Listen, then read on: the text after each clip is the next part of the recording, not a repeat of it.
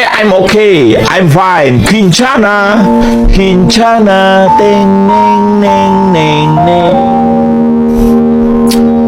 Ku menahan rasa sakit, rasa sakit.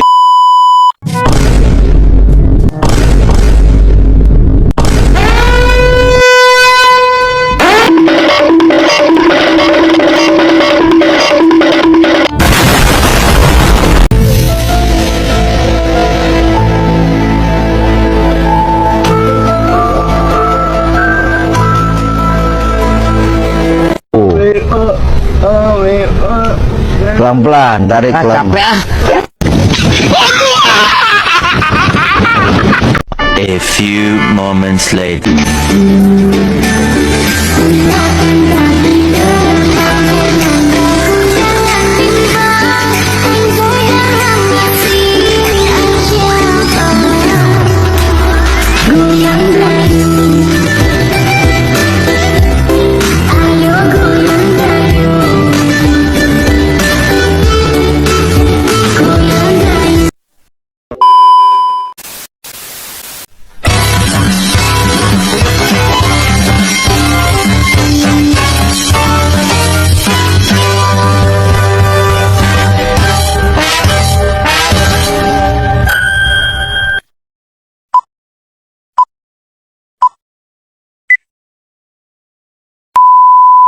Assalamualaikum warahmatullahi wabarakatuh. Perkenalkan, nama saya Rita Isnawati, mahasiswa Prodi Pendidikan Bahasa dan Sastra Indonesia semester 3 dengan NIM A4121240023, Fakultas Keguruan dan Ilmu Pendidikan Universitas Setiabudi Rangkas Bitung. Di sini saya akan menjawab pertanyaan ujian tengah semester mata kuliah Psikologi dan Bimbingan Peserta Didik. Dosen pengampu Ibu Sri Purwatiningsih MPD. Baik, langsung saja ke soal yang pertama. Itu jelaskan pengertian, tujuan, dan ruang lingkup psikologi pendidikan sesuai konsep dasar dalam pembelajaran. Baik, jawabannya. Pertama, psikologi pendidikan adalah ilmu yang mempelajari bagaimana siswa belajar, bagaimana guru mengajar, dan bagaimana lingkungan sekolah mempengaruhi proses belajar.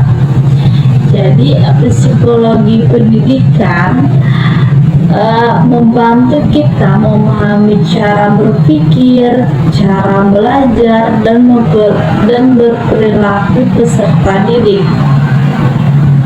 Tujuannya ada 3. Yang pertama yaitu membantu guru memahami karakter belajar siswa. Yang kedua, membantu pembelajaran lebih efektif. Yang ketiga, membantu mengatasi masalah belajar seperti sulit fokus atau kurangnya motivasi. Ruang lingkupnya meliputi perkembangan siswa, proses belajar, perbedaan individu, lingkungan belajar, dan cara mengevaluasi hasil belajar. Misalnya, guru harus tahu bahwa anak SD lebih cocok belajar dengan benda konkret, sedangkan remaja SMA sudah bisa berpikir secara abstrak. Soal nomor 2 yaitu bagaimana peran dan fungsi layanan bimbingan dalam membantu pengembangan pribadi, sosial, belajar, dan karir peserta didik. Baik, jawabannya.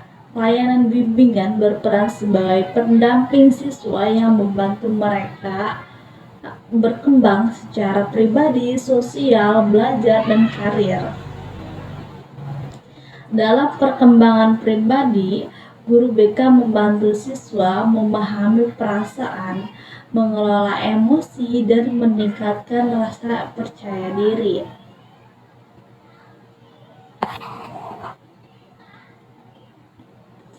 Dalam bidang sosial, guru BK membantu menyelesaikan konflik atau mengajari rasa empati. Dalam belajar, guru BK memberikan teknik belajar yang lebih efektif. Dalam karir, guru BK membantu siswa memilih jurusan atau pekerjaan yang sesuai diminati. Contohnya ketika ada dua siswa bertengkar, nah peran guru BK itu memediasi untuk menyelesaikan masalah dua siswa tersebut. Atau ketika siswa bingung memilih jurusan, nah peran guru BK itu memberikan tes minat bakat kepada siswa. Baik, soal yang ketiga yaitu sebutkan dan jelaskan teori perkembangan dari Piaget, Erikson, Vygotsky, dan teori Colbrelli serta relevansinya dalam pembelajaran di sekolah. Baik, jawabannya ada 4 teori yang digunakan dalam pendidikan. Pertama, Piaget. Ia menjelaskan bahwa anak berkembang dan berpikir dari berpikir konkret menuju berpikir abstrak. Karena itu, guru SD harus menggunakan benda nyata, sementara guru SMA boleh memberi tugas analisis. Yang kedua yaitu Erikson. Ia menyebutkan bahwa remaja sedang mencari jati diri, sehingga mereka mudah sensitif dan membutuhkan dukungan untuk membangun rasa percaya diri. Yang ketiga, teori Vygotsky. Ia menekankan bahwa belajar terjadi melalui interaksi sosial. Ada konsep JPD dan scaffolding, yang artinya guru memberi bantuan bertahap lalu melepaskannya ketika siswa sudah mampu. Yang keempat yaitu teori Colbrelli. Ia menjelaskan perkembangan moral di sekolah. Siswa biasanya taat aturan bukan karena memahami makna moral, tetapi karena ingin diterima dan menghindari hukuman.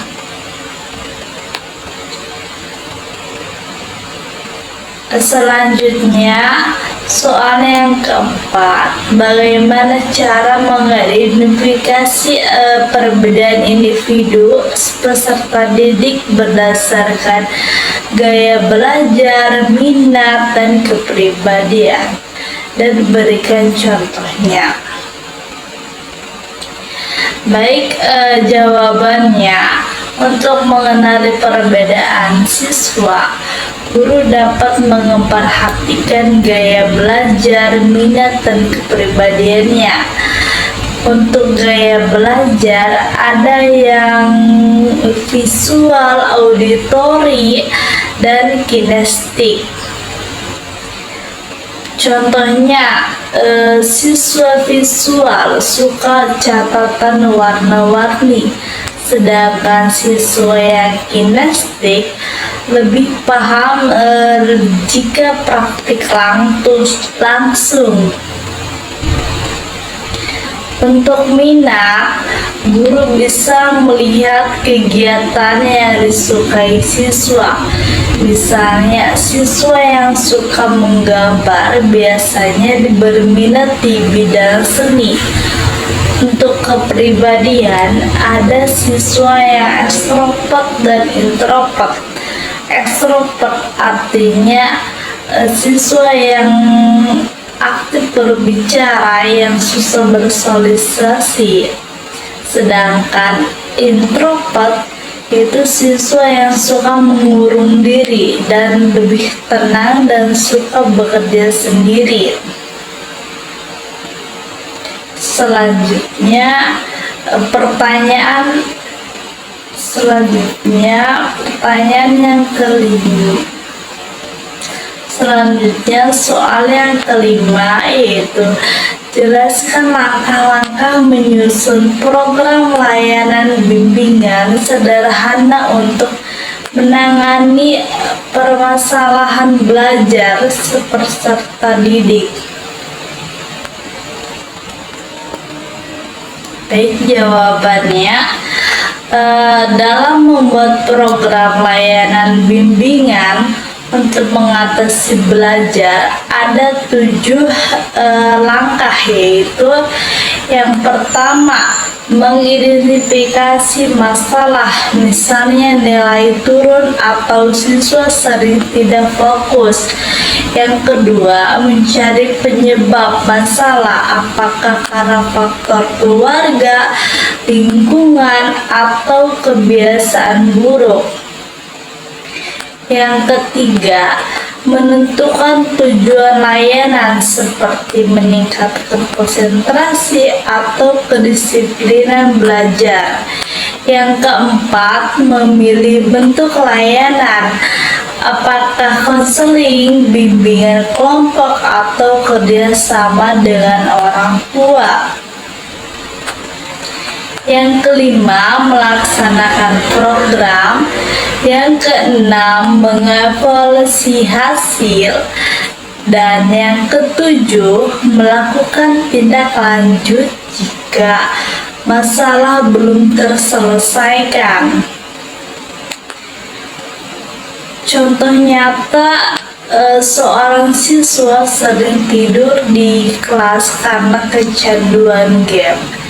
Nah, peran guru BK yaitu membuat jadwal belajar, membatasi waktu bermain, dan bekerja sama dengan orang tua untuk mengatur waktu tidur. Demikian pemaparan jawaban ujian tengah semester mata kuliah psikologi dan bimbingan peserta didik dari saya.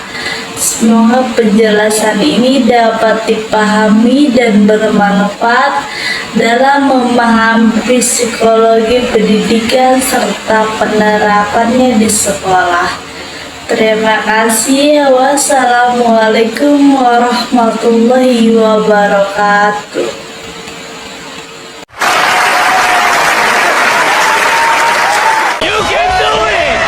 You did it!